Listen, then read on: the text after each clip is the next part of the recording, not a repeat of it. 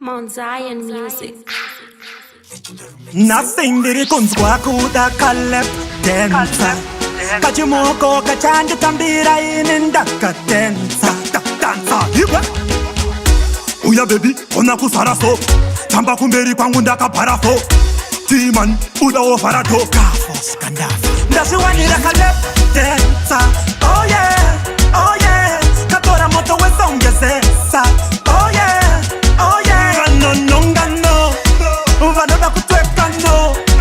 Vanoda kuwaina no Inandi vade muno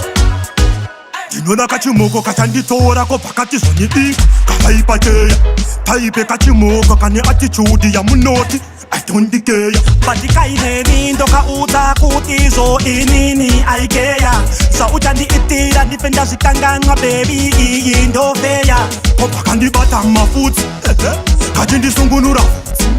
Ndopandango sikezera mudzime makwa chimbonditambira zvemuve Ndaziwanira kalep densa Oh yeah, oh yeah Katora moto wesongezesa Oh yeah, oh yeah Ngano ngano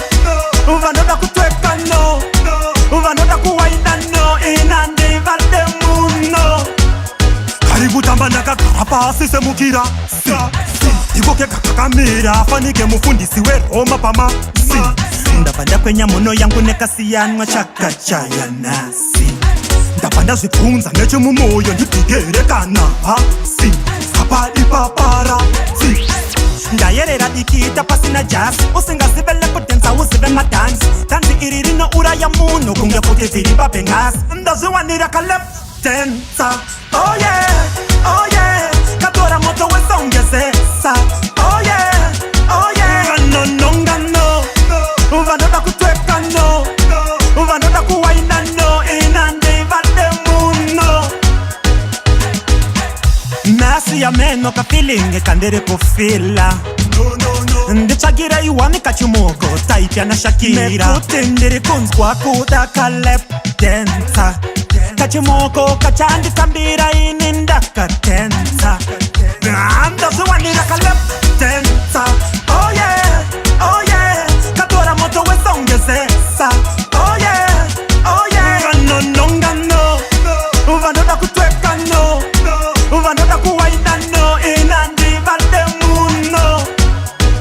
Ndinoda kachimoko kachanditora ko pakati zonidi Kavaipateya Taipe kachimoko kane attitude ya munoti Atondikeya Patikaine nindo kauta kutizo inini aikeya Sa uchandi itira difenda zikanganga baby iyi ndo feya Ko pakandibata mafuti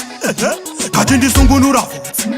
Ndopandango sikezera mudzime makwa chimbonditambira zvemuve Ndaziwanira